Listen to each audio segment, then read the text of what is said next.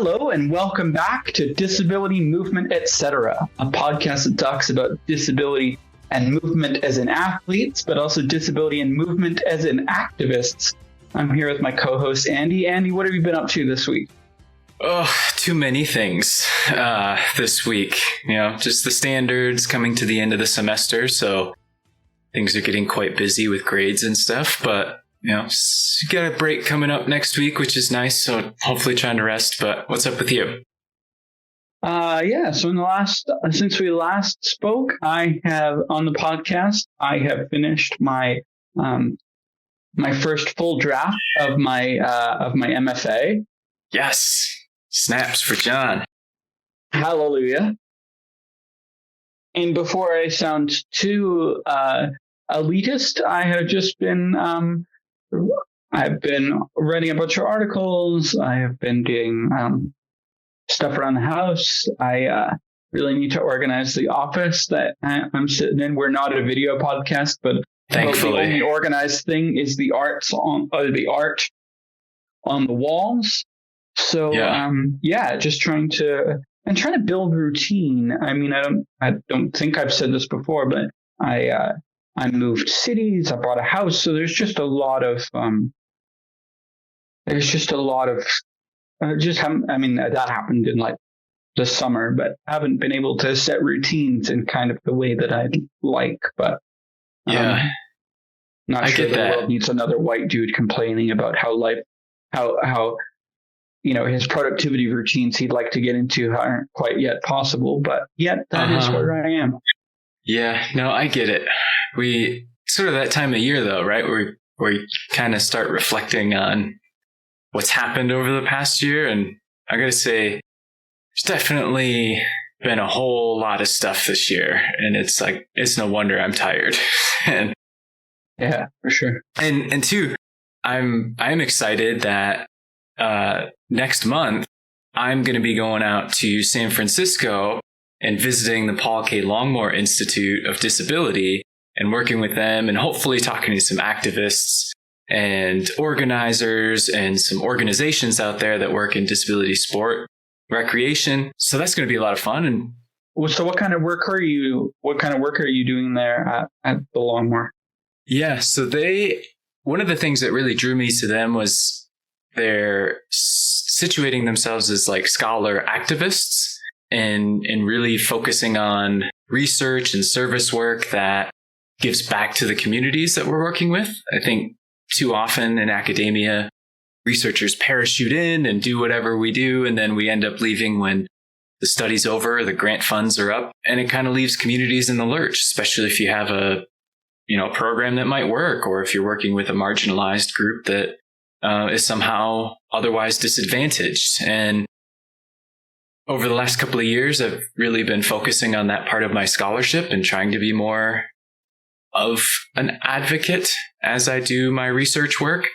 And so really cool, my university offers these CREATE, that's the acronym it uses. I don't remember what it's called or all the whole thing stands for, but it gives funds for junior faculty like myself to go and visit other places to kind of build this collaboration. So I used that and submitted it a couple of months ago, and it came through maybe 2 weeks ago that the funding is there. So now I actually get to be able to go out and do this. So when I'm there, I'll be kind of observing the Institute. I'll be working kind of with their director, and they have a couple of events that are going on while I'll be there that bring in some kind of major players in like the independent living movement and rights and organizations out there. And there's a few others that I can't think of at the moment, but should be fun. And then hopefully bring some of that information back and apply it here in the DFW area. So today we're going to have we're going to be talking about some things, some topics that have come up. We'll follow up with some things we chatted about last week, particularly some political things, even though we're not at all a political podcast, I would say. Fun enough, thanks to all those listeners out there. We were top 100 of the indie news charts this last week. Wow. So we still got a long way to get onto the non-indie charts. There you go. Onward and upward. Yeah. But we got somebody to interview this week. And so we're going to get to that. But let's jump into some of the stuff we want to talk about. For today's podcast, I spoke to Dom Kelly, who's a political organizer in Georgia. Recently announced that he's starting a nonprofit and previously worked on a number of campaigns, including Stacy Abrams' ultimately unsuccessful run for the governorship of Georgia. So excited for you to hear that conversation, because while we may not be a political podcast, I think other than, I think as we've said before, our existence being political, there is also the sense that disability, whether it's the campaign of John Fetterman, or I was listening to one of the Crooked Media podcasts, the team that makes Pod Save America. And I like the podcast generally, but my goodness, is there a lot of ableist language that gets thrown around? And my goodness, was there a lot of revisionist conversation around the media, conversation around Fetterman in their minds. And so certainly excited to speak to a disabled organizer who is in it, who is doing the work, and to connect to our little movement piece, moving things forward for disabled people in the South. But you kind of touched on it a little bit, so we might as well get into it, because you talked about the Fetterman piece and the revisionism that's going on around there. And I caught a bit of that too over this last week. One particular instance being the sort of re-describing of his present disabilities as temporary. And this is certainly, it's not a indication of his fittedness to serve. And it's just kind of one of those things where you always struggle as a liberal progressive person, because we're fighting for these things, but then you realize, there's some really bad language we're talking about here. And it's just really deep rooted in there. Well, and look at the words that are being, Trump, we're recording this on November 16th. Yeah. As part of the podcast. Trump just announced that he's running again. And if you wanted a list of sanest words or things that would be against the MAD community, you could just do a Twitter search for any of the coverage around Trump. Mm-hmm. The sort of political punditry of deranged, crazy, that going down the line. And it's that same old thing. Have we learned nothing of the fact that Trump won't see your posts about using these ableist words, but your friends who aren't sure whether they can confide in you that they are experiencing these things, or even that they do self-identify as MAD, are you opening the door? And Royal, you, obviously, not you, Andy. For sure. There's just a complete lack among I would call it the political punditry class in media, to acknowledge the words that they use, because it's very, I get it.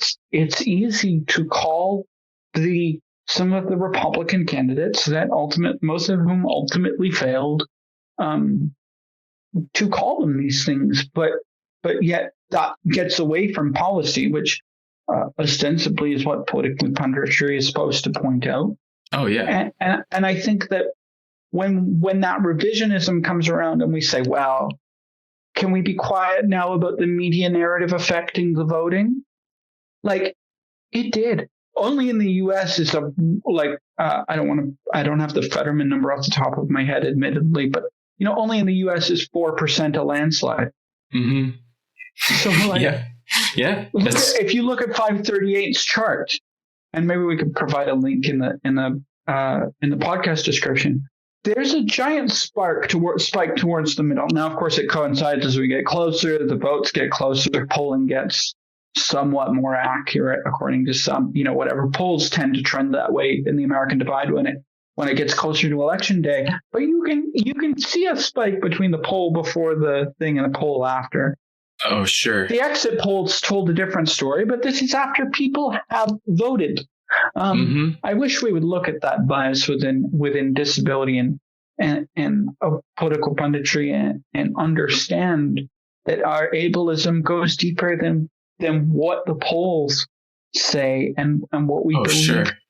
I remember back to the whole incident with the stairs and the former president, who shall not be named, and the whole ramp thing, in which people criticized him for like walking down a ramp and, I don't even know what, a slower fashion, right? Took his time, looked like an elderly individual, which I think the dude's like 70 something, like walking down a slick ramp because it was raining. But yet and I say we, including like liberal progressives, then point that out and start making fun of that. And it's like, yeah, I don't like the guy either, but do we really have to make fun of the fact he can or cannot walk downstairs? And I get the idea of some people trying to do that because he tries to portray this form of masculinity, right, in which doesn't involve being disabled or doing any type of movement that looks anything but strong and fully abled. And it's like, it's such a cheap shot. It's like, it doesn't even help anything. And then on top of it, it doesn't really get to the matter that's the real issue, which is his really bad policies. And I think now that Fetterman's won, which is a great victory, and I think they ran a great campaign, like, just because he had a stroke and has some remaining disabilities, whether they go away or not, does not limit his fittedness to actually be a senator. And like, yeah, to assume such a thing, it makes it really clear who you think is competent when you start saying stuff like that, and people recognize it. So yeah, I saw, and admittedly, it was only sort of one social media conversation, but this narrative shows up every once in a while, and I understand where the narrative comes from around long-term senators. This conversation on social media happened to be around Dianne Feinstein, who I'm just looking at the information here, has been a senator since 1992 and is 89. Yeah. You can cover that fact with care, or you can do what some political reporters have decided to do, or some political people having conversations about politics, not just media people, about like, oh, I asked her this thing and she contradicted what her aide said. And it was like, okay, if I'm 89 and still in political office, I think maybe I wouldn't be a huge fan of being shouted at down a hallway and being asked to give I don't know if that was the specific thing of this particular reporter, but that was conversations about Fetterman. There were like tweets about, how is he going to handle questions in the hallway? And it's like, well, you're going to have to figure that out. And it's actually on you to figure that out, not on Fetterman to figure that out. Like, he has to figure it out from a comms perspective. But as somebody engaged in this work, you actually have to figure out, the same thing as if one of the wheelchair using members of Parliament, sure, Canadian Iron, members on Capitol Hill, the door not being open is not a doorway not being most successful is not the disabled senator's problem. Actually, it's the Capitol's problem. It gets to that shift of personal responsibility and how we view disability and access. And it's even more infuriating when you realize that, like, it's not being followed by people who are in the political power in the country. It's like, if anybody should understand it, it should be the people who espouse, like you said, to the highest good, I guess. And that just that ain't currently happening. No, and you bring up two things for me. The first one being the idea of access and who is responsible for that. And too often, I think we look at, particularly in America, but I'd say generalizing with a very broad brush, that most of Western industrialized societies, they put the onus on the person, right? And which comes from that very medical model of disability, in that it is an individual's impairments that might define them or their disability.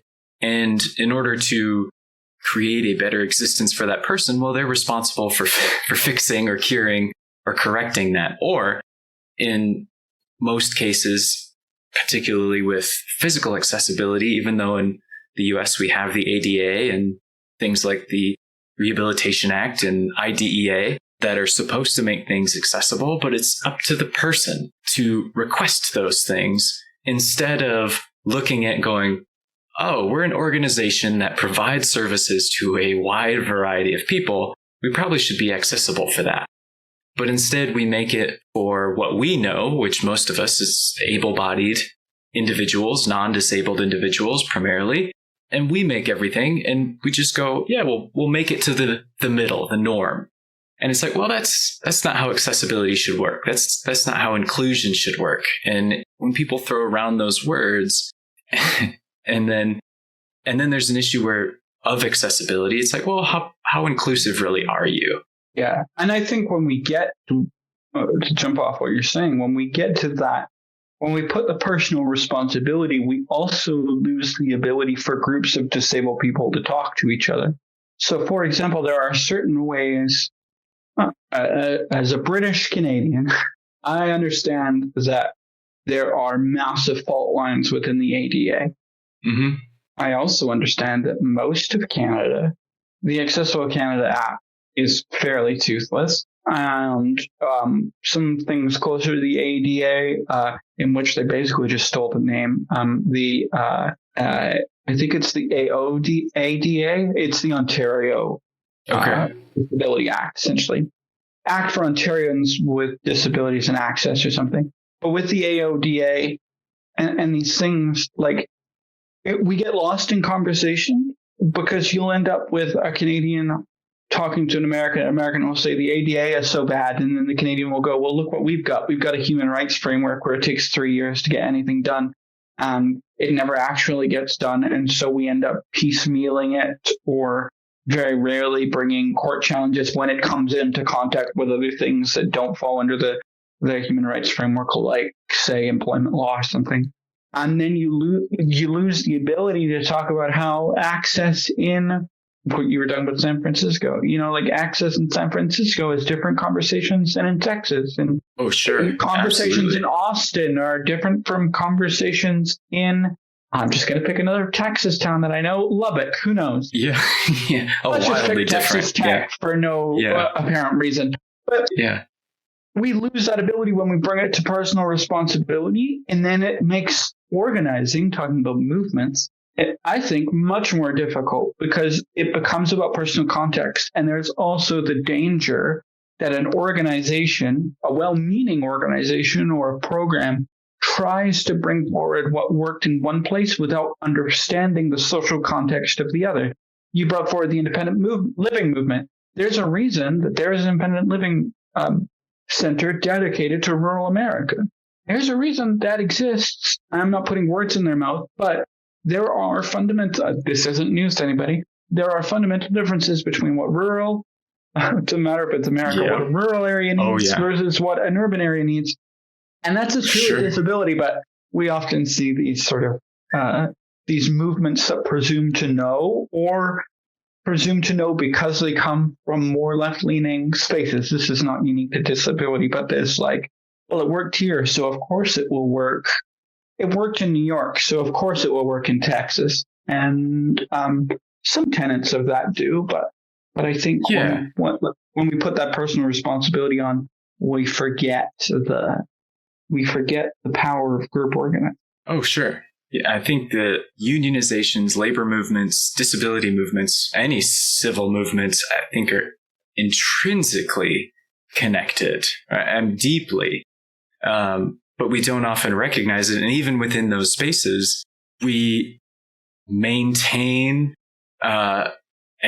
any type of built-in systemic oppression that exists in the broader society, unless we're very intentional about counteracting whatever those oppressions might be, right? But most people don't recognize it. I mean, for all of the marches that have happened around the women's movement, Black Lives Matter, I could see countless disabled folks who were like, I'd love to be a part of this, but I can't come to your march for name an accessibility reason, right? I can't come to your speaker because there's not a sign language interpreter. There's not, I don't know if you can hear Artemis in the background. Artemis, what are you doing? I heard you closed the door. Somebody closed the door accidentally. She closed the door on herself, keeping her out of the room from where my wife is at. So she's just sitting there whining. Anyway. All good. You were saying to the second point of earlier. Damn ADHD mind. What were we talking about? We were talking about the faults of personal responsibility, and then you talked about labor movements and how I certainly wish they would get with the program. And then the earlier second point is probably about how we approach political figures, if I had to guess. Yes, that's what it was. We got it. Yeah. The thing that comes up for me is and maybe this is a product of modern times and maybe going back to JFK, right? That a lot of people voted for him because he was charismatic, and a lot of discussion around presidents is how charismatic are they? How enthusiastic? How authentic are they? And at some point, we decided that it's really important for people to be able to answer questions like on the fly, off the cuff. Like that's the pinnacle of being a good politician or being a good orator, is if you can just respond to a question on the spot, make a clear, coherent answer. But I don't think that's really a great thing or something we should aspire to have, because I want my leaders to put some thought into what they say. I don't want them to just respond right off the cuff and whatever comes to mind, because that's where we start to get into the world of having canned responses, right? Or a senator who's running from like meeting to meeting to meeting, no matter what age they are, gets thrown a question in the 5.5 seconds they're going from one meeting to the next meeting. And yeah, they might have a gaffe or they might misspeak. And it's like, I don't think that's a part of their fittedness for the job. Because if you ask me something in between a meeting that I just got out of, that who knows what the hell they're talking about. It could be like some really boring bill on farm infrastructure, or it could be like national security. It's like they're going from one to the other, back and forth. They don't have the time. And you just toss a question at them. And if they misspeak, then we lambast them. And I think that in and of itself is a very ableist process. Because any person, well, I don't want to say any person, but someone with a disability, even I'll take myself as an example with ADHD, is that if you throw a question at me and my mind is somewhere else, I'm probably not going to be asking or responding in the most eloquent fashion. It might be a short, quick response. It might be like, I'll just give you a blank stare and keep going. Or I might have to ask you to repeat the question. And so I don't know how to fix that. And this is just griping coming from somebody who doesn't do it. But I think one of the, and this will bring us to our second point of the day that you wanted to bring up around NCAA and athletes. Like, I think about this when I'm covering parasport as one of the, and I don't pat myself on the back for this, please come and do more parasport reporting, disabled reporters, and do it equitably. Don't parachute in. But if you ask the average Paralympian, they've gotten about half an hour to 45 minutes of media training. Oh, sure. It's heavily curated by PR teams that are trained to a certain message of disability sport the vast majority of the time, especially when you get into Paralympic cycles and stuff. I think a lot about how little the other person, like, I've been in some form of media for a decade, if we count student media. And I don't think enough people, even if they're just asking questions of their, they don't have to be part of the media, asking questions of their elected officials, or in this case, athletes, understand what's happening behind the scenes. I mean, to bring up, Crooked Media and Pod Save America, and one of the things that becomes abundantly clear when you listen to them, because they were comms people for Obama, the vast majority of the main people that people recognize anyway of that podcasting team, that just how curated those conversations are and just how much thought goes into them. And we can't expect that out of every response. And exactly, it is ableist in a way to expect the most thoughtful, the most oratory-based response. I mean, this is, we talked earlier on in another episode of the podcast about how intellectually disabled and cognitively disabled folks get left behind. And this is the core of it. It's that, they don't sound like I expect them to sound, so moving on. And, I find it especially galling, shall we say, when at this point, I have not researched this, but let's take a conservative estimate and say 30% of the House and Senate have had COVID.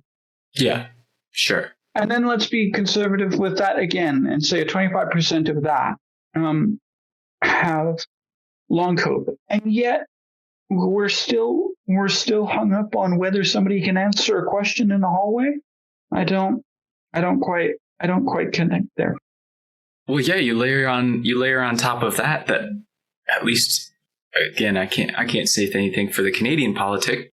At least in America, I don't know the exact age, but I know that probably most of the politicians in the House of Republicans, or the House of Representatives and the Senate, are over the age of 60. And so they're upwards in age. And we know that most individuals over the age of 70, at least half of them have some form of disability, whatever that might be. Probably it could be a visual impairment where they need glasses or some other corrective device. It could be hearing, right? I mean, any of us who think of our grandparents who are the same age as Dianne Feinstein, I mean, I think there's people even older than she is.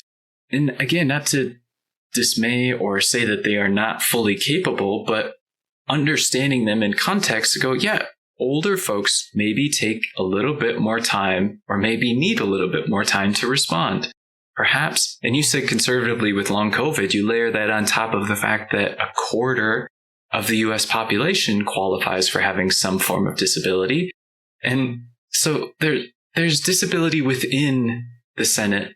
It's there. We just don't acknowledge any of it.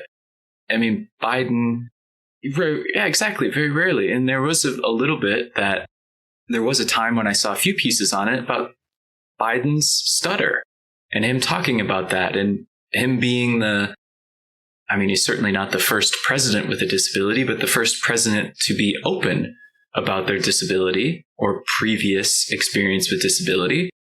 And it was refreshing for a little while, but it seemed to have now faded away and it's no longer a part of those discussions. Speaking of things that, hell of a segue incoming, just to warn you, but hard segue. Speaking of things that haven't previously been discussed, you wanted to bring forward, Andy, some disability work happening in the NCAA. Yeah, so I came across... Do you want to talk about that a little bit? Oh yeah, we'll talk about it. That's what we do. I came across this week. NCAA just released their newest guidelines for disability. And I don't know if they've had one in the past. I know I haven't seen anything in the past, but that doesn't mean it wasn't there. It seems to be a good resource. I looked through it. I'm going to say that first. I'm glad that it exists. It seems that it was put together by individuals who have experience. However, here's the but. Going through it, the thing I noticed was really centering a lot of the discussion in a medicalized way and situating it in very much an individualist fashion. This is aimed obviously for all of the NCAA, and we know that there are not a whole lot of sports for disabled persons, or there's not a lot of, say, physically disabled folks participating on these traditional sports teams. There's the occasion where somebody might, say, have an amputation who is on a track team, but very rarely are there any sort of what I guess would be blended, adapted, non-disabled sport, right? There's no wheelchair tennis players playing that I know of. Somebody could certainly point this out and I could be wrong, but there's no wheelchair tennis players that I know of that compete on an NCAA level with non-wheelchair using tennis players, right? Even though the rules for that exist and the way to accommodate and sort of, I guess, level the playing field, as it were, there's ways to go about it, but yet that isn't in the guide. What I notice a lot is in the guide is essentially defining for coaches what disability are, and that if their students or student athletes have a disability, basically trying to make sure they are not overtly ableist in regard to responding to those individuals. So it's kind of a struggle because it puts a lot of things in the school setting. So accommodations where individuals might struggle with, as they define it, major life activities that include major bodily functions. So things like caring for oneself, sleeping. When I look at these and I hear stories from student athletes where they're going to practice for hours on end, then have to go to classwork, then maybe have study hour. Like, if somebody has a disability that maybe they do have fatigue, maybe they do have trouble caring for oneself, right? The idea of executive function or just sort of managing all this stuff going on. It's not that they need necessarily an aid 24/7, but I know most of these students are not getting the type of support they would need. And it's no wonder some fall through the cracks. And it's no wonder that there's still news stories about athletes on full scholarships still going hungry because they're trying to manage all these things, particularly for the first time. And a lot of it was about language, which of course is important. But then the kind of part that was quite cringe was they brought in this idea of an identity wheel and bringing in how you think about certain identities. So there was something about language and class and gender and orientation and race and religion. And I think that can be helpful. But I look at this through kind of that diversity, inclusion, equity kind of lens that's been going on that's quite popular within the US. And it feels like the guide is more of a checkbox than it's actually a way for coaches to better understand and better empathize with their disabled athletes. This is my question. I haven't been in and around the NCAA very much, if at all. Maybe we can get a disabled reporter who reports on the NCAA more often to get that perspective. But if we're expecting coaches to understand things like identity wheels and how they will be, is that something that they understand them? I certainly trust a coach to understand. But what these guys often miss out on is applicability. Like if you're talking to, as you were speaking, I was thinking of, you always think of the sports you most often want. One of those is football. There are athletes who are going to physiotherapy for the first time to recover from injuries they sustained as a collegiate football player. And so you brought up the masculinity before, in a hyper ability sport, in a sport that prides you on, can you push through, blah, blah, blah, blah, blah. Not that parasport doesn't. Parasport does the same thing and is actually much more dangerous for its athletes in a lot of ways. I have huge problems with that. I've witnessed some of that, to be frank. But like an identity wheel doesn't get to the applicability. I like, I was looking at this before in the podcast. I like that identity first and person first are separated out. There are some good things coming from this. I have some questions as to why I would like to have seen bios in this press release from the NCAA that gives me a little bit perhaps more comfort about their relationship to disability and access. I don't just mean that I want them all to be disabled. I mean, if I see, as I do here, that I'm sure this professor is wonderful. When I see somebody involved in a department of rehabilitation, psychology, and special education, I do go straight towards this medical model idea.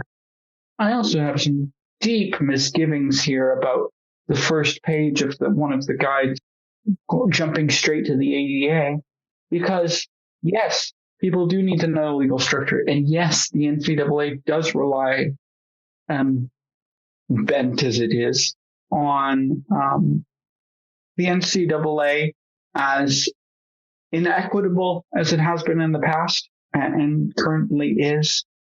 There's a reason they fall back on these guidelines, and it's an easy thing to point to. But those in disability work, us, others, understand that there's a program that follows the ADA to the letter can still fundamentally be inaccessible. And speaking of a lot of athletes, regardless of para-athletes, they're not come to sport, I think it's fair to say, because they may have the learning disability and their one area of excellence, if we're going to put it on that, the one area in which they are perceived to be talented is in sport. Sure. So, yeah. So let's face it, for many people who are athletes and are on scholarship, they're not going to figure out what being disabled means until we get to college. I meet plenty of disabled people who used a wheelchair at age 4 who only really figured out what disability meant in the social sphere at 22. So my response to the guide, and I'd be curious to your thoughts on this, is more please. And also I would love to see disabled athletes. I did not go through these bios. Many of these people involved may be disabled and disabled athletes. I would love to see some thoughts from the people that exist outside of the NCAA framework with these parasports that are represented at the collegiate level, whether that's para track and field, and there's a lot of that going around your way at UTA, basketball, Steph Wheeler and the like, which is involved under the National Wheelchair Basketball Association. I believe there's some para-swimming programs, so I don't know where they're administered under from like an administrative point of view. These things are complex, and I think this guide is like, we did something. And maybe they acknowledge that too. I mean, there's a part in kind of the release statement where they said, we hope the guide will contribute to fostering more inclusive environments. It's meant to create awareness, provide tools and skills, prioritize access. So I think maybe it is that first step. And maybe, there is hopefully more to come from this. But I think you kind of nailed it with mentioning that starting with the ADA is probably not the best way to go about this. As I've heard the ADA described, it was a floor. It was never meant to be a ceiling. So if we're starting from the place of, here's where we're situating the idea of disability and the idea of accessibility as the ADA, okay, that's the start. That shouldn't be the finish line, right? It shouldn't be the finish line that we just acknowledge or we recognize that certain athletes that have a disability that isn't necessarily associated with a traumatic injury that is of their sport, right? Certainly those athletes, particularly with football, particularly with hockey, particularly with other sports that involve head-on collisions in a repetitive fashion. I mean, we know that increases the risk of CTE. We know that can be a condition that comes with immense impairments. And so an athlete sustaining an injury at 22, yeah, they may not ultimately have influence down the road. They may come to the realization they have a disability by the time they're 40 or 50 when it starts impairing things. But if we're not acknowledging all those acts at the beginning, and to say, yeah, it's not just that they can access it or not access it, but it's all the other pieces that go into it, right? It's all the intangibles that are really, really hard to define. Right? I know they go into great depth about the idea of major life activity and major bodily functions. But looking at these lists, there's a lot of things on there that probably most student athletes aren't going to be experiencing. And the ADA wasn't necessarily written to account for persons who, in all intents and purposes, are physically quite capable, right? Even if they have a disability that may impair some motor movement or whatever, they still have great physical prowess if they're competing at a national, even a regional level, potentially an international level. And it's, I guess we have to start somewhere, and maybe the ADA, because it is so widely known and it is, it's an established precedent, but we also know what can happen to established precedents if you look at something like Roe v. Wade. But it was never meant to be the end point. And I think what gets me with this is it feels like a lot of other diversity, equity, inclusion things that, and not against those things. I think they're very necessary. But it feels like it's the checkbox, it's the endpoint. It's like, we did this. Okay, now we can move on. Now we're inclusive now because we have this language guide. And it's never, this is the start. Here's how it's going to go forward. And you're right. The people in here, I'm sure, have necessary experience. Does it make them the best person? No. Does it mean that they aren't a good advocate and have great things to say? Sure.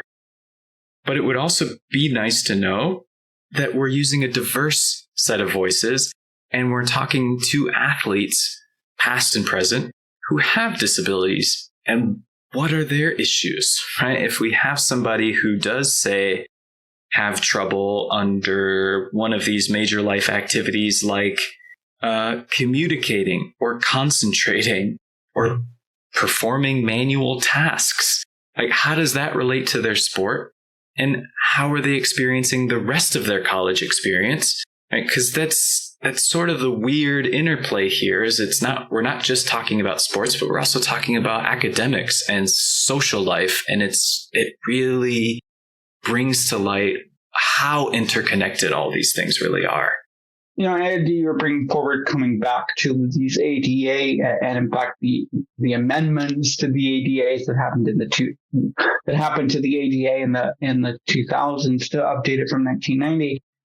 And it caught my eye within one of these documents where it talks about self-disclosure and accommodations. And this is the perfect example for me, where it says, and I am quoting here to sound very academic, all colleges or universities that receive federal funds are required to provide accommodations to students with education impacting disabilities, which, by the way, is all disabilities, despite what this may describe, if they would like to access accommodations.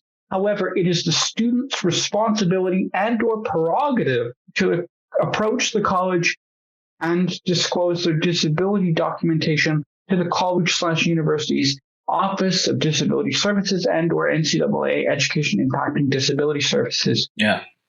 If this document cared about equity in the way that it states to, and this is not a personal reflection on the people that wrote it, but in an ideal world where this truly sat within an equitable disability cultural structure, this would say, while it is listed as a requirement, it is also your professional responsibility as coaches to create an inclusive space where somebody can feel safe disclosing to you Because if you're telling a football coach that is the highest paid public employee in the state, that if he doesn't have a piece of paper, he doesn't have to care about it. Hi. One of those coaches is now a Republican congressman and or senator, Tuberville. Do we believe that some of these people in these positions, while I do believe that they care about athlete welfare, are not going to look at that and go, I don't have capacity for that. Even if it's from an accessibility point of view of like, I do not have the capacity for that. When the paper shows up, I will go by the letter of the law. I will talk to my accessibility person and we will do that. But that doesn't get to this disclosure piece at all. And so if the athlete can't disclose to you, if you're suddenly my basketball coach, Andy, and I can't come to you and say, hey, I'm really spastic today as somebody with cerebral palsy, then this conversation doesn't happen. It doesn't matter if they're impacted with sleeping or, I'm just picking random ones, bowel obstructions or neurological conditions. You know, I could pick any number of conditions that a disabled athlete who is competing in the NCAA could have. Crohn's, for example, fits like 7 of these, right? We go back to COVID. COVID hits almost all of these, or has the capacity to hit all of these. It's certainly neurological. I don't know about normal cell growth. I don't even, as a disabled person, I'm not even quite sure what they're talking about there. I assume they're talking about cancer. But yeah, I think so. But that's a weird way to write it. But like what? And so I don't want to get too granular. And before we get to our Crips of the week, I don't want to get too granular about like picking a guide apart because there's just so much there's so much any guide could happen regardless of this one. But I think it's important for people listening, and I think there will be some sports listeners to remember that it's a step forward. It's not done, and in fact, in a number of ways, it isn't started. I think these guides will be well applied at universities that understand disability, whether that's because they have a really strong disability studies program, whether they have a strong history of parasport that goes alongside their NCAA branded athletics. Where I worry about, just to end us off, and of course you have the floor after, but where I end off with this is, what about the universities that know absolutely nothing about disability? Because let's face it, there are ones. I mean, there are American universities that will post like student accessibility office job postings, and it will say the building is not accessible. You have to be okay with that. Like, that is a thing that happens. I mean, you mentioned it already. We could spend forever talking about this, but we probably shouldn't. I'll just kind of close with it's a compliance document, right? And it gives people permission to perhaps not engage in the best behavior because they're being compliant, but they're not necessarily being inclusive. And I've said this in many forums. In fact, I said it in a TED Talk, but the fact that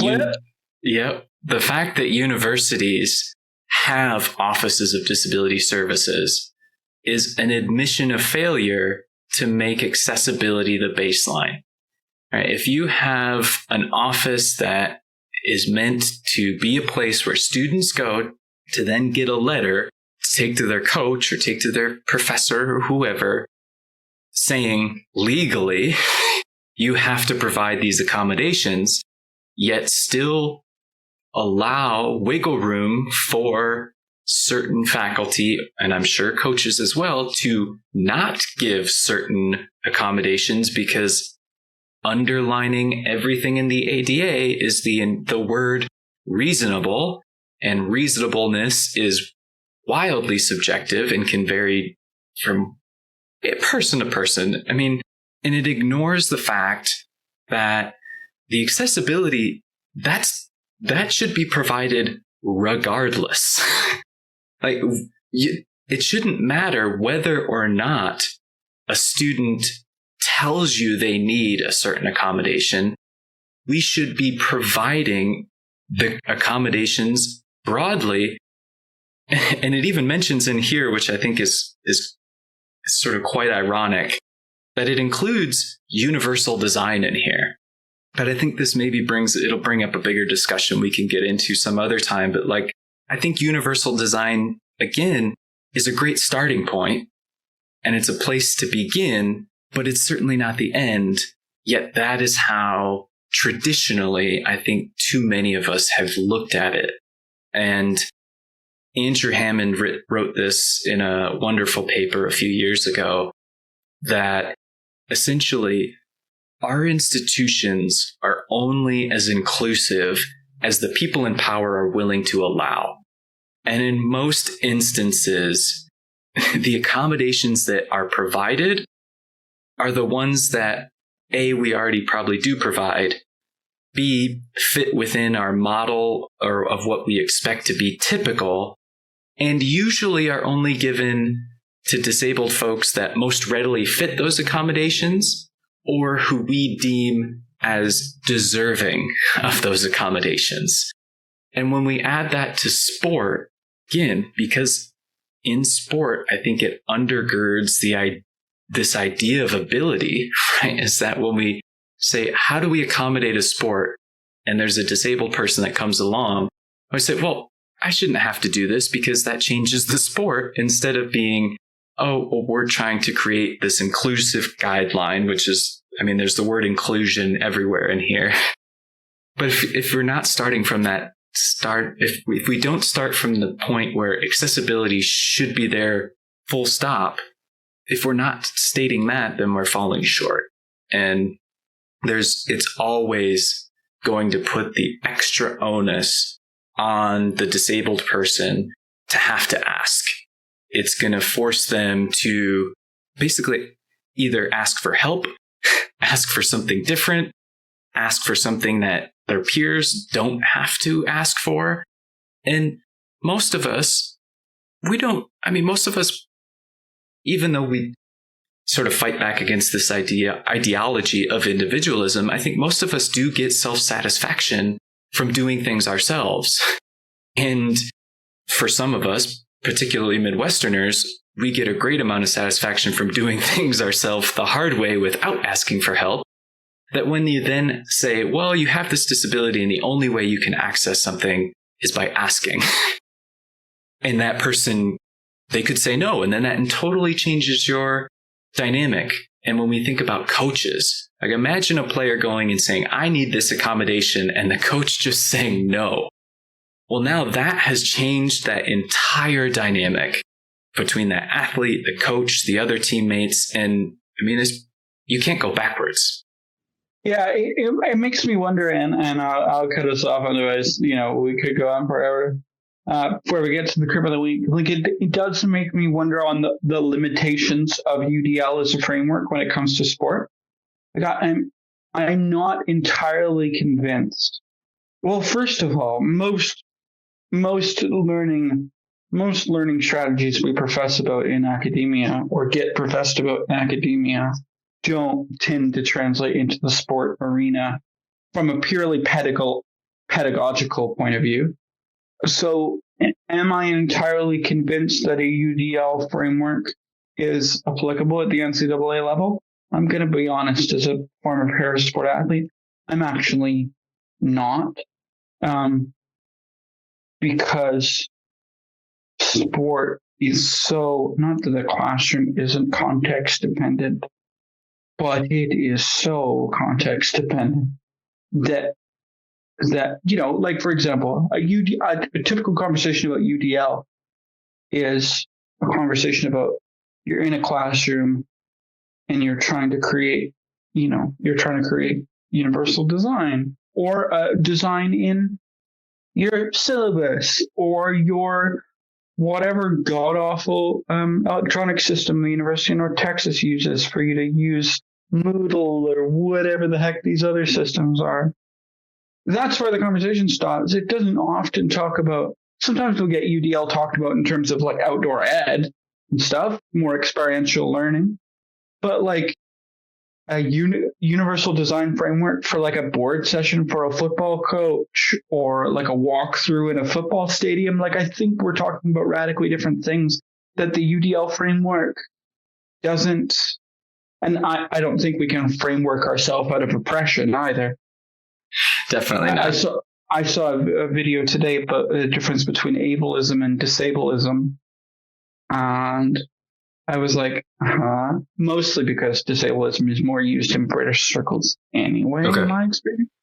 Yeah. But it's basically splits. Sometimes they're used as synonyms, often in conversation, but the difference being ableism being more of like, I'll send you the video and you can decide if you want to cut this, but ableism being more about societal, and then disableism being more of the discriminatory piece of ableism. Like we can split thing in any way that we want to, and I'm just not convinced. It's not that the universal design framework can't be applied. It's that I don't think it is thought of in that way yet, and that needs more than a paragraph. Oh, sure. Quite frankly, to be able to implement in any real way. I think the issue of progressive people who are well-meaning and well-intentioned to try to be as inclusive as possible, and we create these very, standardized checklists of things to do, ways to be inclusive in order to help others, without acknowledging that much of the disabling part of disability is the societal views of disability itself to begin with. And no matter what we do, and we could, again, meet all the requirements under UDL. We could meet all the requirements under the ADA. We could meet every requirement possible that is written in every law, and it still not be enough, and it still not be accessible, because all of that occurs within the society that is already disadvantaging disabled bodies. Yeah, our society is already ableist. All right, welcome back to Disability Movement, Etcetera. I'm one of our hosts, John Loeppky, and I'm here today with Dom Kelly. Hi, Dom. Hi, thanks for having me. Thanks for appearing. So you've been involved with disability organizing for a long time. You just wrapped up work with Stacy Abrams' Georgia gubernatorial campaign. Can you tell me a little bit about how you got into sort of the disability movement or political space? Sure. I always say I've been an advocate since I was 4 years old, where I was literally dropped into advocacy. My mom, I'm a triplet, and the three of us have CP. And when we were 4, my mom decided that we should tell our own story instead of people telling our story for us. So she literally put us in front of a room full of high schoolers and said, "Okay, time to tell them your story and who you are." And that just led to a career in advocacy that really started with just being a kid and talking to older kids about CP and what it was and why we were proud to be disabled. And I had a career in music for a number of years, and in that music career, because of that music career, started to get involved politically, started to do activist work on the side and volunteer and show up at protests and organize. And I had some jobs in between and work that I was doing that didn't quite feel so fulfilling, and realized eventually that I wanted to work in politics and movement, and that was what I was called to do, and that I could find a way to bring disability justice work into more of a mainstream political platform, and was lucky enough to start working for Stacy's voting rights organization called Verified Action, where I helped lead fundraising and also advised on our disability work, which included we spent quite a while advocating for voting rights legislation. We worked on GOTV during the 2020 election, and I also was able GOTV being Get Out the Vote. Get out the vote, exactly. Yeah, and then was able to put together a council of disabled advocates and policy experts from around the country, and launched that council before I was asked to help Stacy launch her gubernatorial campaign, and then was senior advisor on the campaign for disability and created our disability engagement accessibility department. And that's where I ended up as of last week. Yeah. You've done a lot of work in fundraising. And one of the things I wanted to ask you today was, we see a lot of, it's that meme of 5 people around the table passing the same $5 around disability community. I mean, it identifies with other marginalized communities as well. How did your understanding of disability community inform, or how does it inform now, your approach to fundraising? That's a really good question. I think it is. I have found it difficult to get funders to understand disability work from a movement perspective, and instead of from a foundation perspective. And what I mean by that is, a typical sort of like disability foundation where they're more doing research for a cure, or they're raising awareness instead of doing movement work and justice work and activist work in the disability space. And that has been difficult. I have found to get kind of typical funders to want to invest in that work. I think what I've learned from being involved deeply in our community is that while we may be passing the same $5 around, that there is value in what we can bring. Oftentimes that's not giving large sums of money to activists and organizations, but it's amplifying those organizations, bringing them to the forefront, and getting other people's eyes on it who may be willing to learn about what the work is and invest.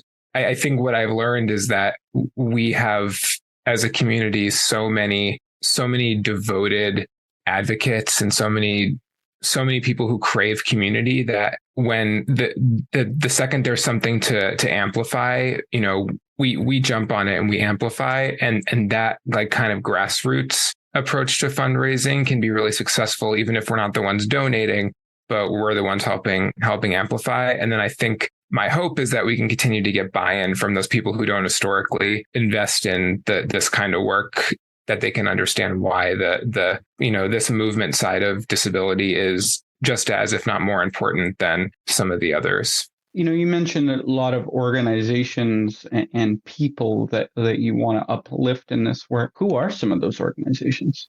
The Disability Justice Initiative at the Center for American Progress is a policy, think tank, and they do really incredible work. Rebecca Coakley founded the Disability Justice Initiative, and I think they kind of were a trailblazer, and it was not that long ago, in this sort of like bringing disability justice into the mainstream of like left-leaning politics and advocacy.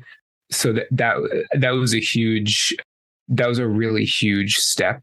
So Disability Justice Initiative is now led by Mia Ives Rubley, and they do really great work. Detroit Disability Power is an organization out of Detroit, Michigan, and they do really fantastic C3 nonpartisan advocacy work. They wrote a Get Out the Vote, Disability Get Out the Vote guide, the only one I've seen about how to run an accessible campaign, one that some friends of mine helped write, and was actually Jules Good, who runs Neighborhood Access, helped write that playbook. and I was able to bring them on to the Abrams campaign as my deputy director for a disability engagement team near the end when we did our own Get Out the Vote. When we did our own Get Out the Vote program for the disability community in October. So Detroit Disability Power is great. And gosh, there's so many. There's so many. But those are the first few that come to mind. DJI at CAP and then Detroit Disability Power. Yeah. What do you think?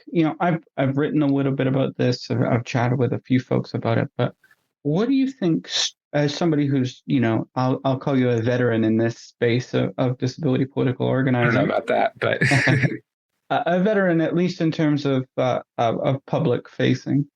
What do you think stops disabled people from moving into positions like yours or taking very, very, very public and very supportive stances within campaigns like Stacy's? What do you think stops disabled people from connecting with those positions and moving those missions forward? Inaccessibility and ableism.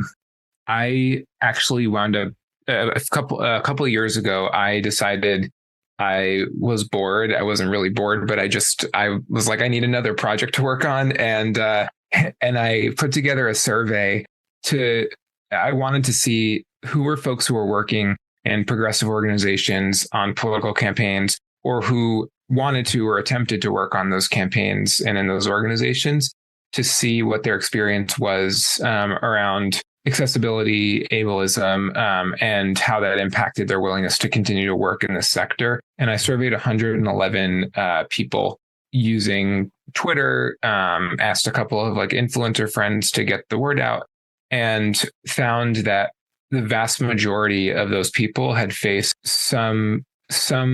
there was some way that the campaign of the organization, the culture of it, or the actual working environment, the physical working environment, one of those areas was inaccessible to them, and that either the candidate or the principal for the organization or the organization itself had used ableist language, for instance, or had perpetuated ableism in some way that was noticeable, that had held those people back from being able and willing to be a part of that work. And it was I don't have the exact stats in front of me, but 85 to 95% had those experiences, somewhere in that gap, depending on the situation. And it was not surprising at all, but it was really eye-opening. And what it showed me was that the progressive movement, whether it's political or not, was really lacking in how they thought about disability and accessibility. And to the point where two of the questions I asked, one was, does your experience with ableism or perceived ableism impact your willingness to donate to an organization? And then regardless of party affiliation, does it impact your willingness to vote for that candidate? And overwhelmingly, people said yes, that even if they were a Democrat, for instance, they would be hesitant to vote for that candidate if they felt they were being excluded in some way. So I think that data showed me that's why that holds people back. Campaign culture historically is not set up for disabled people. It is working day in and day out. It is long hours. It is just inaccessible in every sense of every definition of that term. It is inaccessible. And that's why you don't see disabled people really working on campaigns in that way. And then in turn, bringing that disability lens to the work. And we sometimes see this critique, I must say, most often on Twitter, of, there being a disabled political class, shall we say, or a hierarchy of folks, as happens in any activist community, particularly on social media. How do you think we build a more effective disabled organizing community or movement from within? Are there certain concerns that you see as a disabled person within the sort of groups that end up, in Washington, or the people that get the headlines? Yeah, I mean, I say this as a straight white dude that it is mostly cis straight white people that lead in these spaces, and even if they are in leadership positions, they are not giving opportunity to and centering the voices of multiply marginalized disabled folks, Black and brown disabled folks, queer disabled folks. Like they're not, those opportunities are not open to people who are not white, cisgender, straight men typically. And that's a problem. And I think that's why that's the majority of what you see in politics and nonprofit, and is something I'm really concerned about as someone who's, a leader in this work. Is there are plenty of me doing this work, and if I am going to do this work, which I am, like, how do I use my platform to make sure that others in leadership are representative of the wide, diverse community that we have? So I think that we can do that as a community. Like we need to talk about the issues that face our community, but we need to talk about how they impact Black folks disproportionately, Black disabled folks differently than white folks.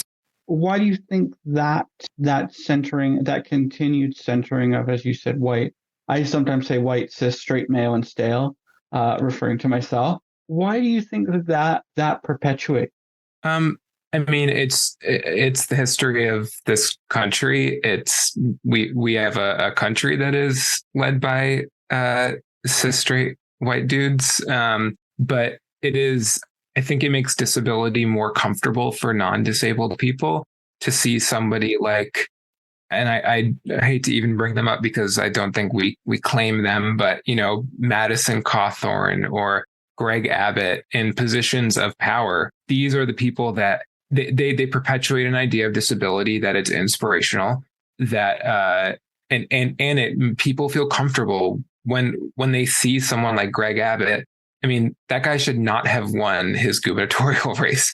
He is a terrible human, and people look at him and they see someone who makes them feel comfortable. It looks like someone that they're used to seeing in positions of power, and unfortunately, that's the kind of representation that our community typically sees. Are those types of people, and within our within the disability justice world and within our community, like that, we push back against that. But in the mainstream, that's what you see, or you see kids with their parents on, there's lots of problematic representation, I think, in the mainstream around disability. And that's kind of why it hasn't broken through. Yeah. You bring up, Cawthorn and Abbott. And one thing I'm always curious about is how, as you said, we don't claim them within disability justice circles, but sometimes I think that shies us away from challenging those types of folks who are within maybe not disability justice work, but disability community more generally. Because if we can call Cawthorn and Abbott an outlier in terms of where they've gotten to, there's I would say thousands of disabled people who, hundreds of thousands, possibly millions, who wouldn't align with this sort of perfect construction of what disability justice, aspiring to the highest good of disability justice. You mentioned, continuing to work in this work. Can you tell me a little bit about the new nonprofit that you just announced? Yeah, sure. So I just launched New Disabled South. It's a 501c3 nonpartisan nonprofit organization working to advance disability justice and disability rights in the South. There is no disability justice or disability rights strategy regionally in the United States. There's really no straight state strategy. There are groups and organizations and advocates and activists doing lots of great work, but there's no work being done at the regional level. Yeah, what's the closest you get to like independent living, the stuff that's like vaguely legislated just because of Oh, you would know the act name better than I would. Despite me doing a series where I interviewed a number of independent living executive directors, but yeah, I mean, I would say that that's the closest the independent living movement has made really incredible strides, but there's no one convening these folks together to have a unified strategy, especially when we think about policy and legislation that impacts disabled people. The South is disproportionately impacted by policy choices in this country. We have the highest poverty rates in the South, and disabled people live in poverty at more than twice the rate of non-disabled people. The vast majority of those are Black and brown and other people of color. And we have really been in need of a regional approach to this work. So in talking to some friends and mentors over the past couple of years about how we do this, it stood out to me that there were a few different needs. One was that convening table, that coalition building. The second was that organizing strategy and advocacy around a lot of this policy that happens, because what we see from what we're seeing is, as an example, there are groups like the Heritage Foundation who wrote anti-voting legislation in a number of states across the country after the 2020 election. They wrote and introduced it and passed these bills which make it more difficult to vote. They are unified in their policy strategy, and then the disabled community is impacted by that. We need to be unified in how we approach policy advocacy and organizing. So that's the second piece. And then the third is the research and policy piece. There is very little research and data on the disability community when it comes to voting, for example, and when it comes to really so many issues. And especially at the state and local level, we need really good research and really good policy making, and that's the third piece is funding and doing that research and finding policy solutions to a lot of those problems that disabled folks in the South are facing. So for right now, we're starting with 13 states in the South. A lot of people have written to me in the last couple of days and said, "What about Virginia?" And Virginia will be a state that we work in, but to start, we're starting in 13 states in the South. I saw one of those maps one time, the maps that are like your favorite restaurants by state, but it was one of those where it says who believes they are part of the South. And it was one of the Midwestern states. In my memory, it was Ohio. And it was people saying, well, we're in the South. And okay. Well, if you look at the census, states like Maryland are considered the South according to the census. And there are a couple other states that talk to anyone in the South and they'll laugh. I was really basing this off of a few key issues that are facing our community and where the need really is in the South. And that's where we're starting from.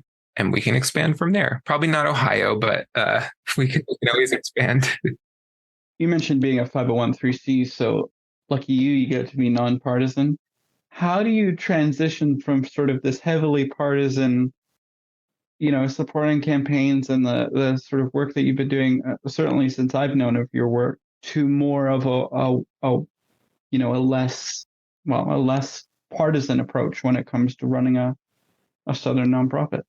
Yeah, it's going to be an interesting transition for me. What I know is that we can be rooted in progressive values and advocate for progressive for work that aligns with our values and be nonpartisan. We can hold elected officials accountable regardless of party and advocate in that way. In the future, I could see expanding to do some 501(c)(4) work. But for now, starting in the nonpartisan space, I think is a really important introduction into this kind of organizing in the South, because really it is not just conservatives, it's not just one political party that fails our community. It is both / all that more frequently than not fail our community. The fact that the Abrams campaign was the first to do so many of the things that we did on political campaigns is both amazing and kind of sad. You mean in terms of disability or broader than that? In terms of disability, we had full-time American Sign Language interpreters on staff. We had a really comprehensive disability rights policy platform that made really huge, unprecedented investments in the Georgia disability community. We hired deaf and disabled staff across departments, a concerted effort to hire deaf and disabled staff. I mean, we had a whole department. There were 8 people in my department by the time the campaign ended, working full time on disability issues. Like, that's never been done before in that way on a political campaign, let alone a statewide campaign. So that's not just one party. That's across politics, and I think we can demand better of our elected officials and those in power, regardless of the party. And I am very much looking forward to being able to do that. And I know you mentioned Mia earlier. I noticed that she is, let me just get to it on the page here, because I was on the other page. You have Mia as your chair. Can you tell me a little bit about how you're thinking in terms of Mia, if listeners don't know, huge disability advocate, talks a lot about transracial adoptee issues and a number of other things. Also a former parasport athlete, I believe. Yay, go team. Can you tell me a little bit about how you're thinking of branching out that leadership team? And obviously, I'm only aware of what's on the website, so perhaps there are others whose bios have not made it there yet that you want to brag up. Yeah. I mean, it was kind of a no-brainer to ask Mia to be on the board. I wanted to have somebody who is rooted in the South. She grew up in North Carolina, who clearly has lived experience of disability and can be in a leadership role like that. So asking her to chair the board was kind of a no-brainer for me. And I wanted to make sure that the board looks like our community, and that is in regard to gender identity, sexual orientation. Like, I want to make sure that our board looks like our community, especially in the South. And so there are a couple other board members that I'm working on onboarding. One is Noor Pervez, who's a autistic trans disability justice advocate, who's from Texas originally. I've got a few other people that I'm working on joining the board, and Mia and I met last night to kind of work through how we're going to build this board. And then in terms of staffing, my first hire will be a COO, a chief operating officer, who I worked with on the campaign, who is a Black woman and identifies as having a disability, and has helped many nonprofits start up, who I just trust with like my life, and we've become quite good friends. So, and then from there, we're going to be hiring more roles in the new year, and I'm excited to be able to like start doing that. But for now, it's me, full-time staff, bringing on another staffer, and then kind of building the board out from where we're starting with Mia. Got it. And where does the endless nonprofit question? I was in nonprofit and still sometimes work in nonprofit before journalism. Where does the money come from, Dom? The money comes from very supportive people who in the last 2 days have donated $5, $10, $25, $50 one time in monthly contributions. That stuff is so helpful, and I really want to build a really awesome grassroots community of donors. That's something that we really valued on the campaign and when I was at Fair Fight, and I want to be able to build a community like that. And we have funding coming in from a couple of foundations that I'll be able to talk about soon. Fair enough. With your work on this organization, what I'm curious about, you just came off this very, I'm reading between the lines there. I don't think we talked about it, but stressful campaign. I don't think any campaign is not stressful. You mentioned the Get Out the Vote work that you did in October. You've been jumping from I would say activist circle to activist circle, doing this work for quite a while, and now you've started this nonprofit. From the perspective of sort of crip time or disabled time, where do you find time to rest, and how do you sort of cultivate? This is somebody with CP talking to another person with CP. Like, I think I'm fair to make the guess that like both of our versions of our disability like have some rampant energy effects. Like, how do you make this, to connect it to the name of our podcast, how do you cultivate rest in order to still push this movement forward without the burnout that is sort of intricately connected to nonprofit and political work?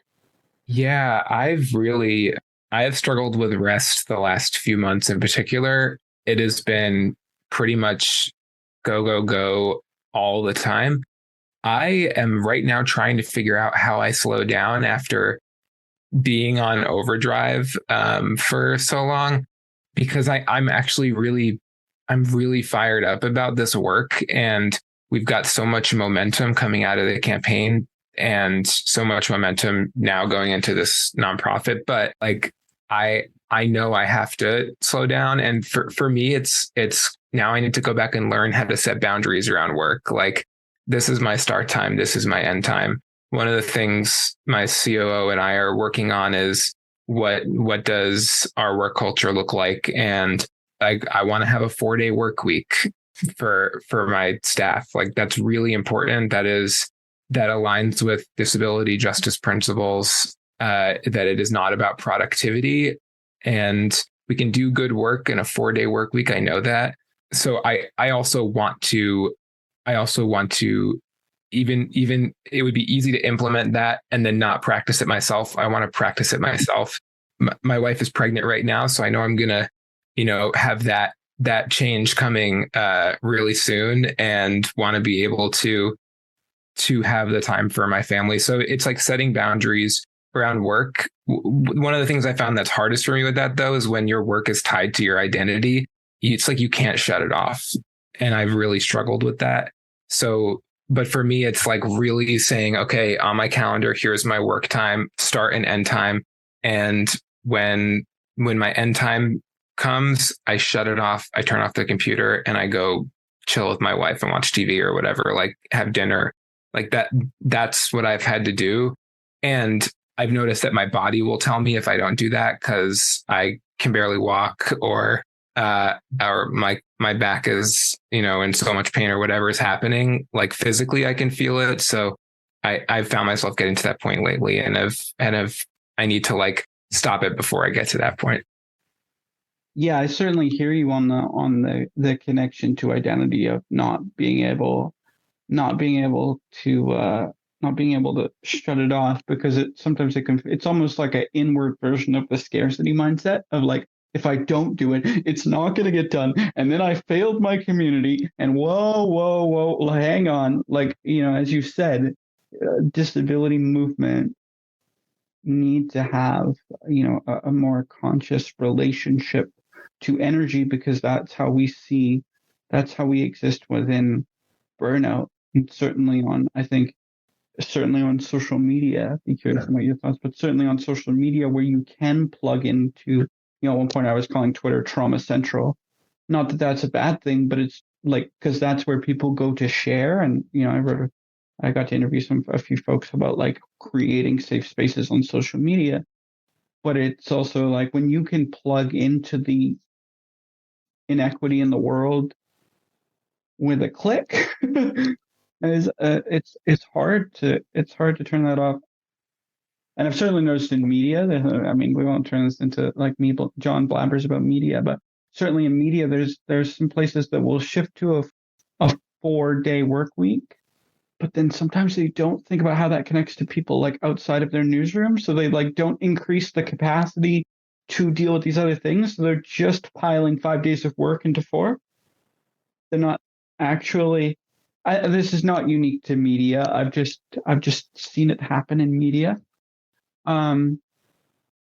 It's interesting to see, going back to New Disabled South, one of the people that I listen to quite a bit about issues in the South is the writer from Kentucky, Rainsford Stouffer, who wrote An Ordinary Age. And Rainsford tweets quite often about how, there's some serious misconceptions about Kentuckians. I believe that's the term for folks from Kentucky. I love U.S. state place, Floridians.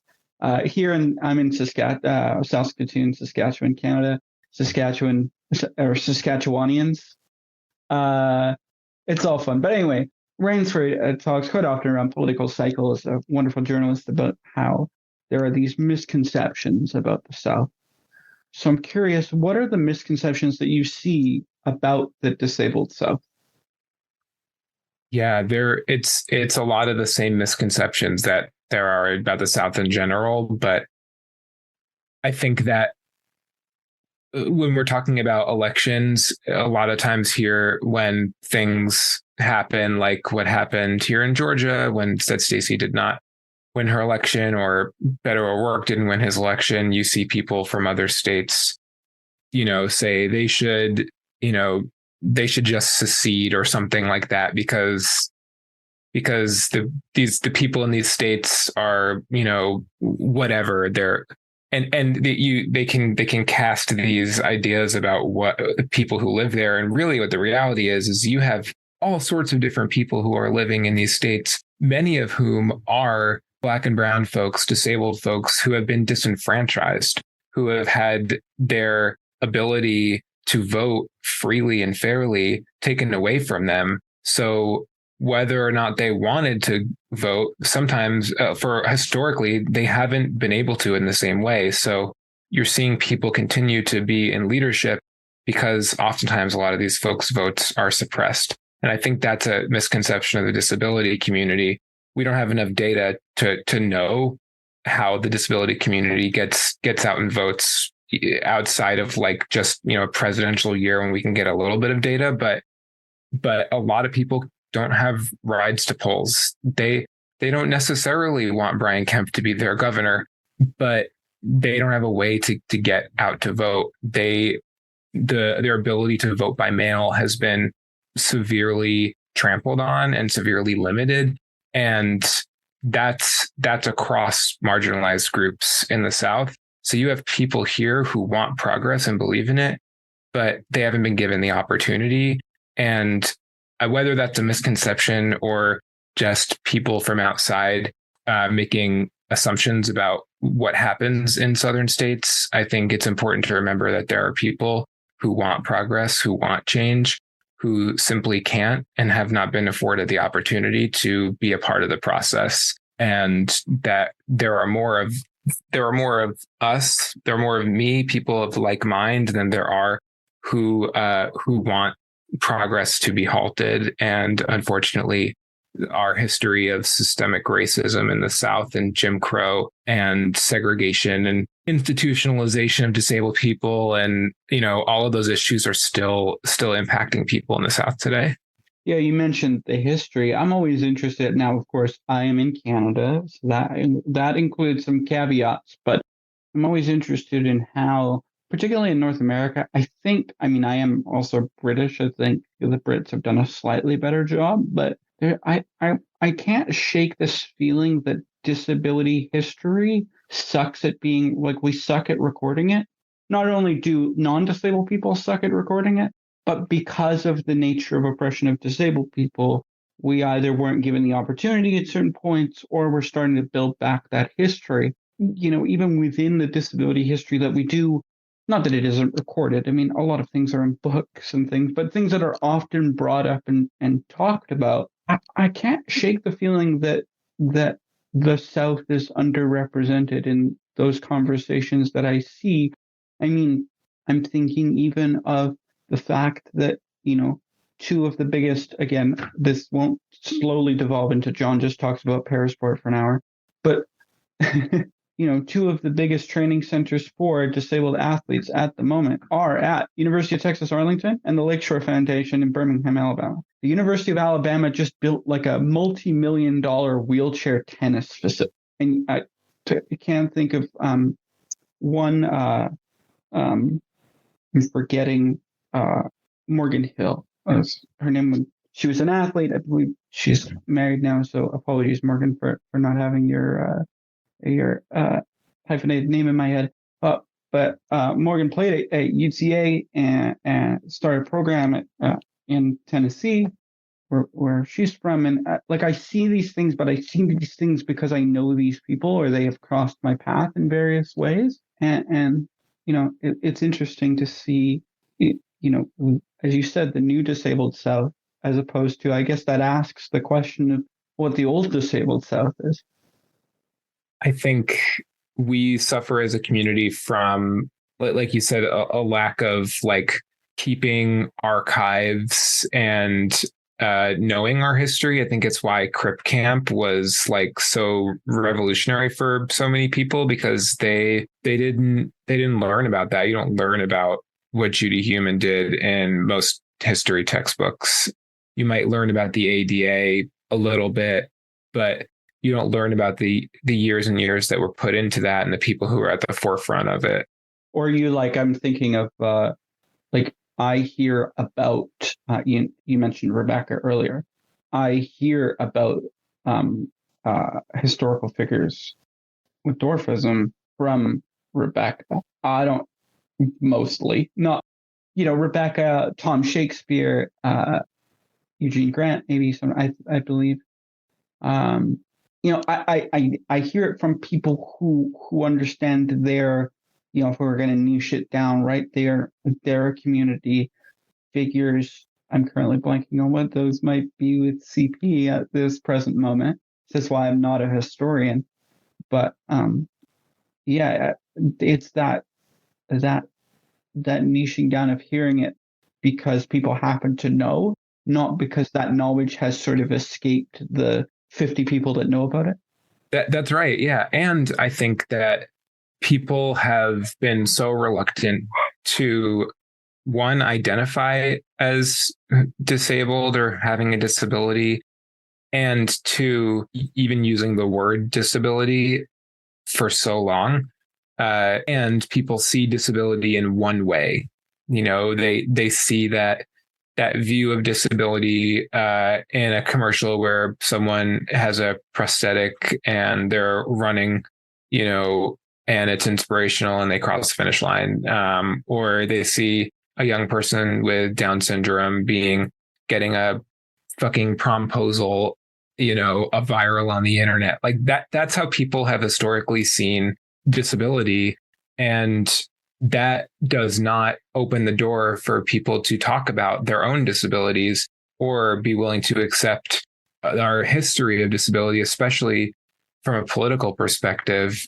And so I think when we look at the history of the South, like there's so much shameful history here. There's so much within our history of our legacy of slavery, our legacy of segregation, our eugenicist history in this country, and particularly in the South. Like there's so much around that I think disability got lost there because people were ashamed to talk about it. People didn't know how to talk about it, and people still don't know how to talk about disability. So I think the new disabled South is saying like there are plenty of issues that are disproportionately impacting our community, and we need to come together and talk about them and fight back, because it's time and people are hurting.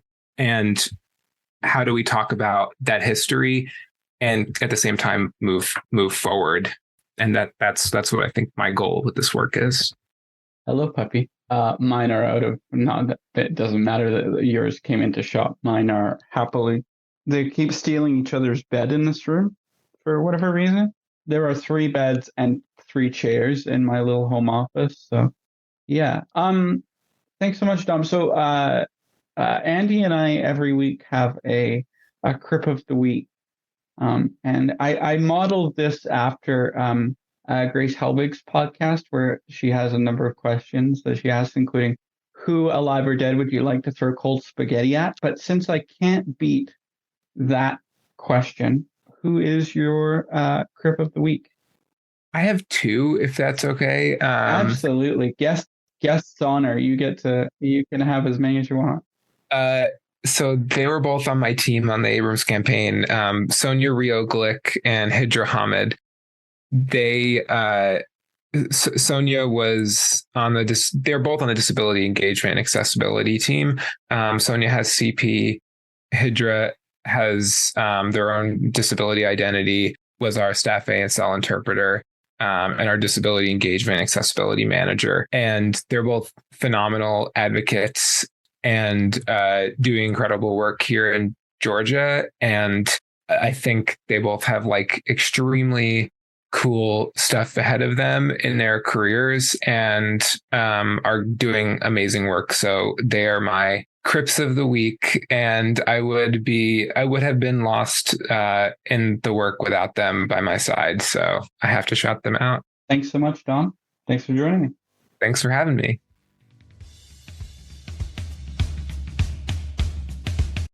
Today's sponsor is Kitcaster.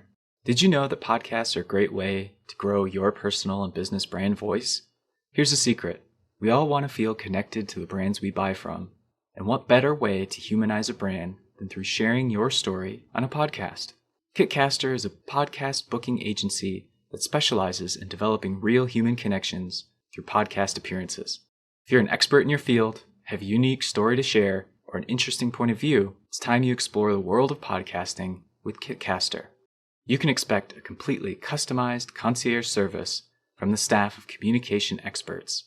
Kitcaster is your secret weapon in the podcasting business. Your audience is waiting to hear from you. Go to kitcaster.com/dismove, etc. to apply for a special offer for the friends and listeners of this particular podcast.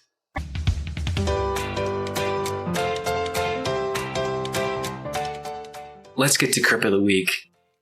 Who do you have?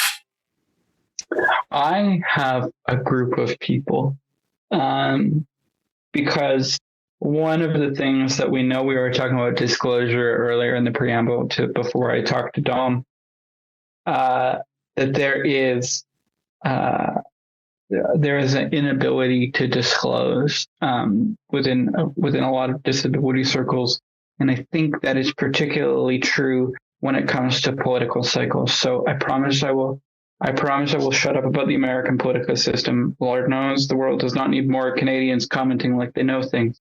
Yeah, however, we don't need more Americans doing it either. But my Crip of the Week goes to the disabled political organizers who can't disclose, who are come forward or have seen themselves in people like Fetterman previously, people like Tammy Duckworth, the people who continue to work for these things. There are people who are out there who are publicly, bringing forward this work. I mean, interviewed a few for the piece that Alex Green and I did with Teen Vogue, but also folks like Andrew Pulrang and the group behind hashtag Crip the Vote. That's Alice Wong and Greg Bertan. Those are my Crips of the Week. The sort of the people who see themselves as being disabled, but maybe can't quite yet come forward and bring forward those candidacies, like we've been able to see some people do. Yulin New in New York and Lydia X.E. Brown as well. I think that's a great one. And I mean, shout out to all those people doing the hard, good work of keeping your organization accountable for disabled people. It's so needed, and there's not enough recognition to go around.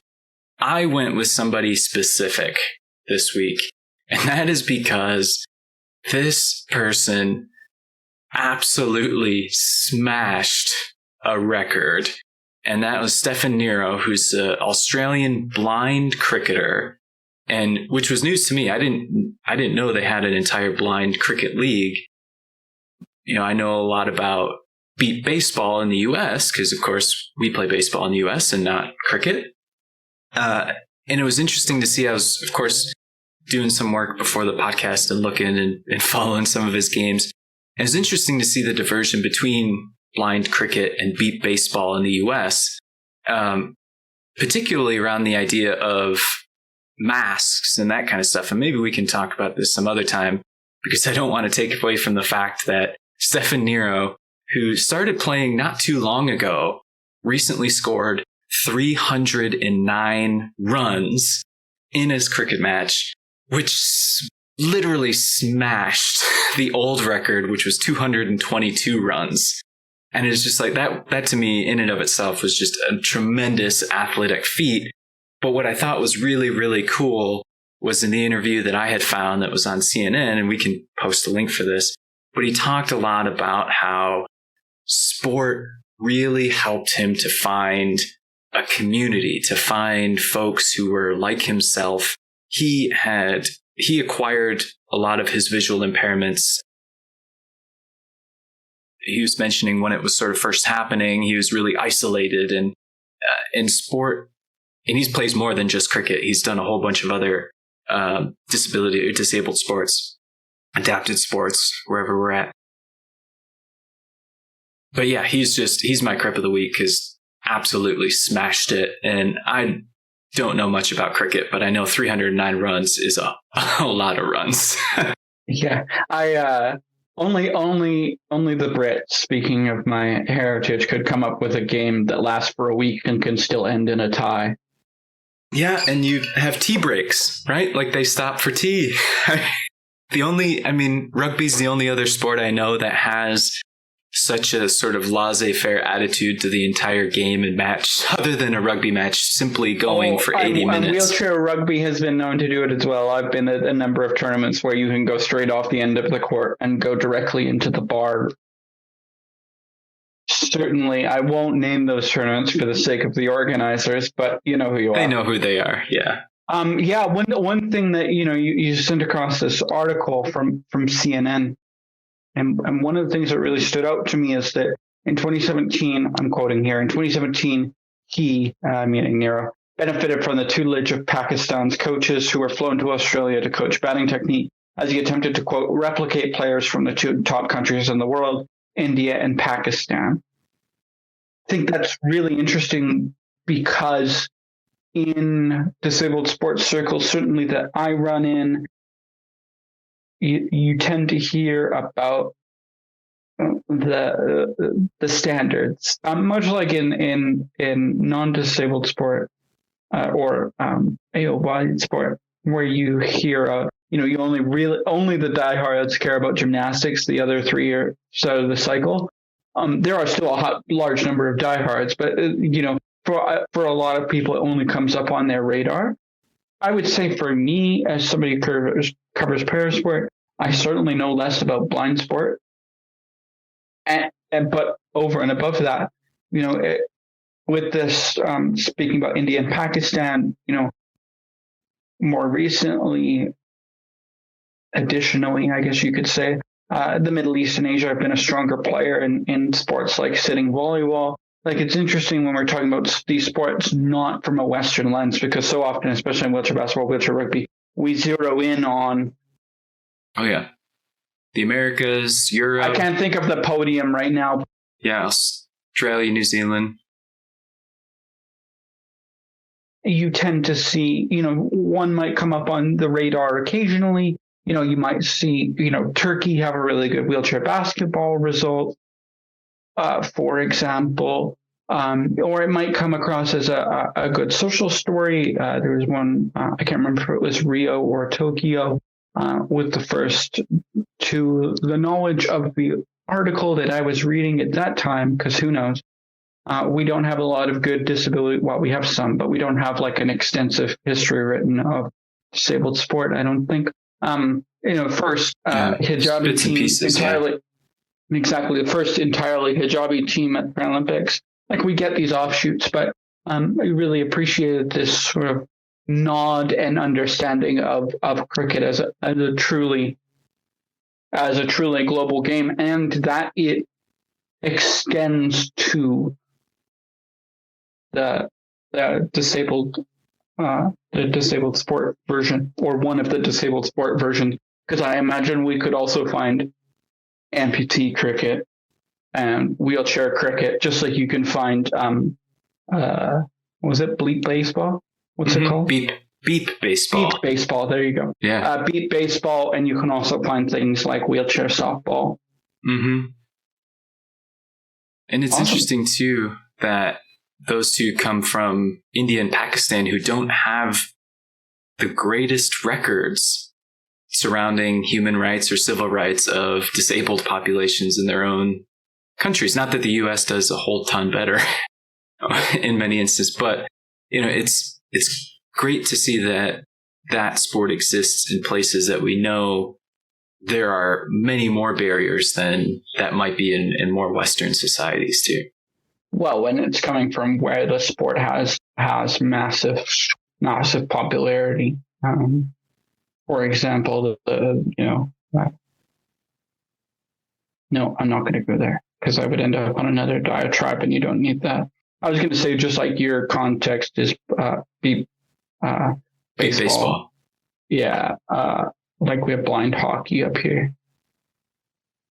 Not that you guys don't. I'm sure there's lots in the Midwest. Yeah, definitely a lot more in the Midwest down here in good old sunny Texas. That's good. Well, John, it's been another good conversation. Hopefully people have enjoyed. Always fun. I'll talk to you in a couple weeks. Absolutely. See you then. See ya.